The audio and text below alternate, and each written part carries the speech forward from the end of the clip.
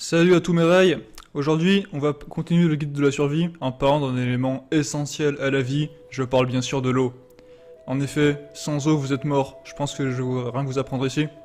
De l'eau, il va vous en falloir beaucoup, vraiment beaucoup. Je vous rappelle qu'au bout d'une semaine sans eau, vous mourrez. C'est pas comme la nourriture où vous pouvez tenir jusqu'à un mois. Donc pour l'eau, déjà commencez par calculer vos besoins journaliers et multipliez-les par le nombre de personnes que vous êtes dans votre foyer. Pensez aussi à stocker de l'eau pour l'usage courant, c'est-à-dire pour l'hygiène, pour laver le linge, pour la vaisselle, etc. Dès que la crise éclate, il y a bien une chose que vous devez faire absolument dès le début.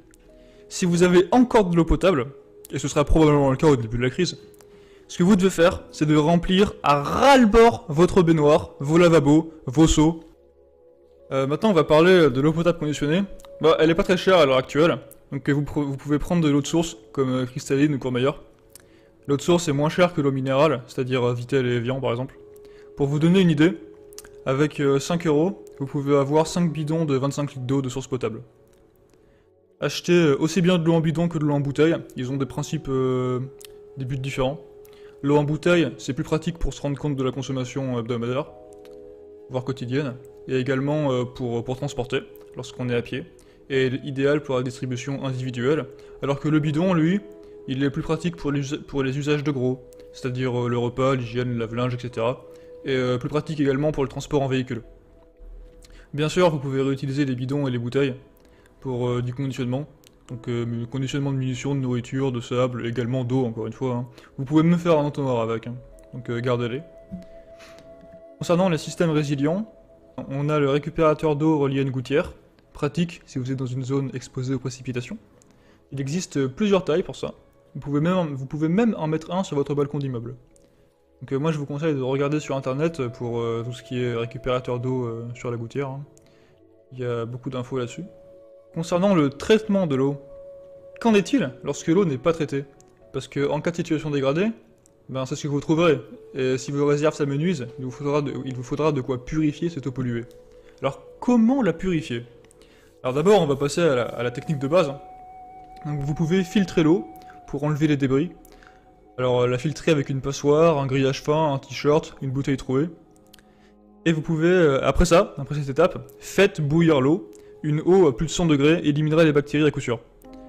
Donc ça c'est une technique. Maintenant si vous n'avez pas de quoi faire bouillir l'eau, vous pouvez filtrer avec du charbon. Donc les filtres à charbon, hein, c'est assez connu, pareil, cherchez sur internet. Vous pouvez utiliser une pastille micro-pure x100 par exemple. C'est des pastilles que vous aurez stockées en amont de la crise. Bon, je les ai testées, approuvé, ça marche. Vous pouvez purifier avec de l'eau de javel non parfumée, contenant entre 4% et 6% de chlore, à raison de 2 gouttes par litre. Pour les eaux qui sont vraiment louches et froides, doublez la dose. Bon, perso, j'ai jamais testé cette technique, mais vous avez déjà avalé de l'eau de la piscine sans mourir, non? Donc, je pense que l'eau de javel, ça peut être ok, tant que le chlore dépasse pas les taux que j'ai indiqués. Juste comme ça, à titre d'information, l'eau du robinet actuellement est javelisée. Vous pouvez aussi utiliser un filtre si vous en avez. Il y a différentes marques aussi. Les plus connues sont les Katadyn et les Berkey. Les Berkey sont adaptés à un usage familial. Prévoyez des recharges. Personnellement, mon coup de cœur sur ça, c'est le filtre Sawyer Mini qui existe depuis un an ou 2 ans.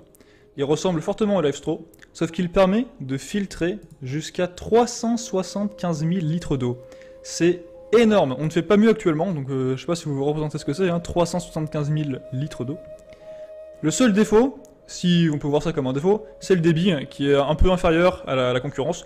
Donc son débit de traitement, de purification de l'eau, c'est de 1,7 litres par minute. Ce filtre est également très performant, très simple d'utilisation, donc performant, il filtre à 0,1 micron près, donc c'est très très petit. Il est très simple d'utilisation, vous aurez besoin que du filtre, qui coûte en plus pas très cher, hein, genre pour 30 euros, 40 euros, vous l'avez quoi, avec le kit inclus. C'est-à-dire poche, paille, seringue de lavement. Je pense que c'est tout ce qui est nécessaire pour ce genre de filtre. Et au pire du pire, si vous n'avez pas grand chose, vous pouvez toujours filtrer avec du sable et du coton, et laisser une demi-journée au soleil. Ça élimine la plupart des bactéries et virus, même si c'est une technique un peu de prolo. Donc voilà, l'eau est vraiment un élément à ne pas négliger, c'est vital. Ne faites pas l'impasse là-dessus. Donc merci d'avoir suivi cette vidéo sur l'eau. Et on se retrouve pour une prochaine vidéo. Allez, salut!